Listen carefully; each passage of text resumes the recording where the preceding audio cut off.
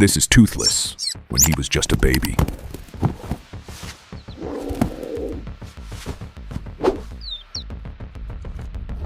And this is the same dragon, months later. Today, I'm going to show what it would actually be like to raise a dragon like Toothless as a pet. How I fed him, where he lived.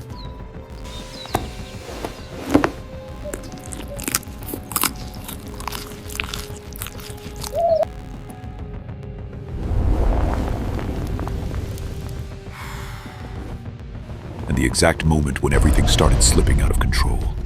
At first, he was tiny, only a few inches long. His wings were weak, his scales were soft. The fire inside him was barely a spark. In this stage, a dragon is fragile.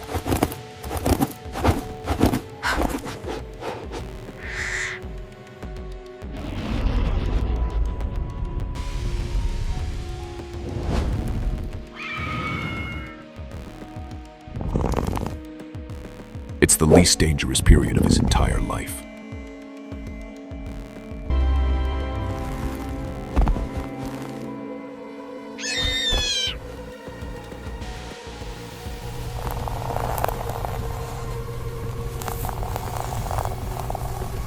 To understand what living with him would really be like, I recreated his daily routine. I offered him small objects to see how he would react. Carefully, I extended my finger. For now, his teeth weren't strong enough to cause real harm, but that wouldn't last forever. Like any living creature, he needed food. I started with simple meals, fruit, small pieces of meat.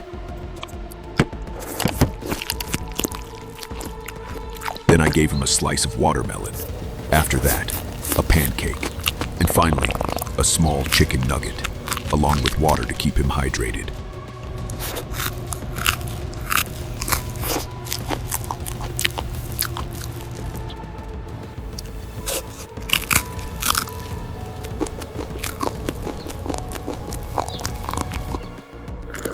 Bigger meals would come later.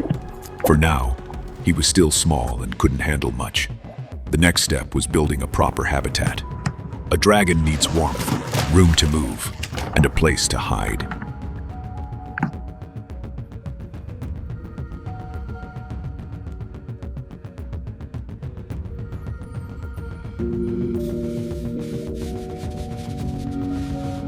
I built an enclosure divided into two sections, a rocky area and an open space where he could stretch.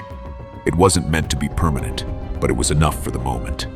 At first, he explored cautiously, hiding and observing everything. I kept wondering what he was thinking in there. I added small plants and trees to recreate a natural environment. At the front, there was enough water for him to swim. Now the habitat had everything he needed: hiding spots between plants, space to walk, a cave for sleeping, water for swimming, and room to grow. It resembled the wild closely enough that I hoped he'd feel comfortable. He slowly adapted. He explored the space, swam in the water, rested in the cave, and hid among the plants. Over the following days, he seemed to settle in.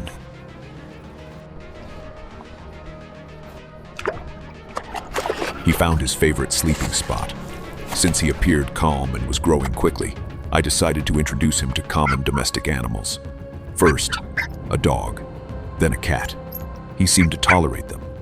But eventually, it was time to introduce live prey.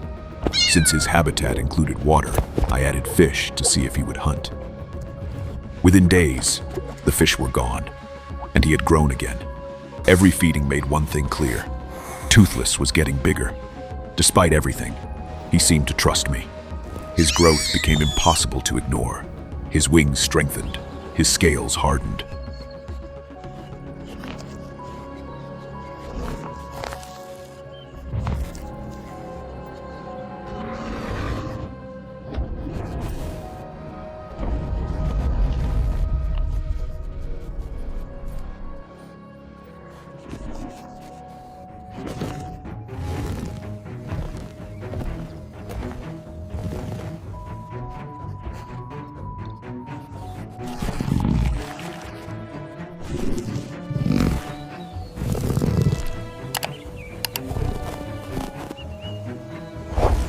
The fire inside him was no longer a spark.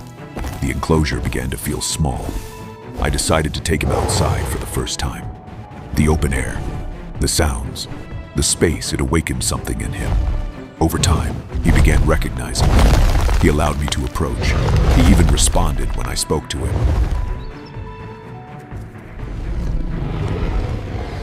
People stared. Some stopped to watch. Others stepped back. He was no longer just a pet. Months passed, and Toothless exceeded every expectation. He no longer fit inside his habitat. His portions became massive. His presence alone silenced everything around him. Sometimes he frightened people without meaning to. And I realized something. He had grown too powerful to live this way. So we built something much larger. A structure designed to contain something that was never meant to be contained.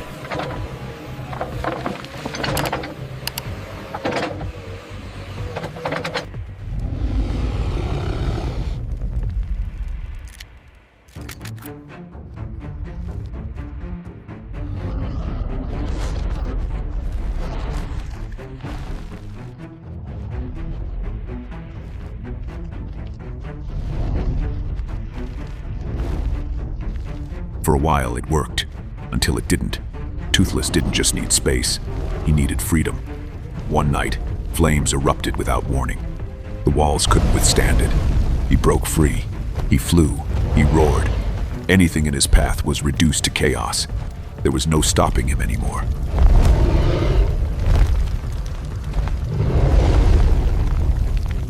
The end, he returned to where he truly belonged, the open skies.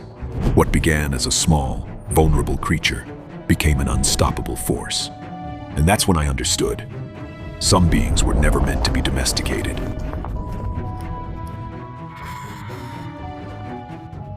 If this story left you breathless, subscribe to the channel. Tell me in the comments which legendary creature or epic character you want to see next. The most liked comment will be chosen and brought to life here.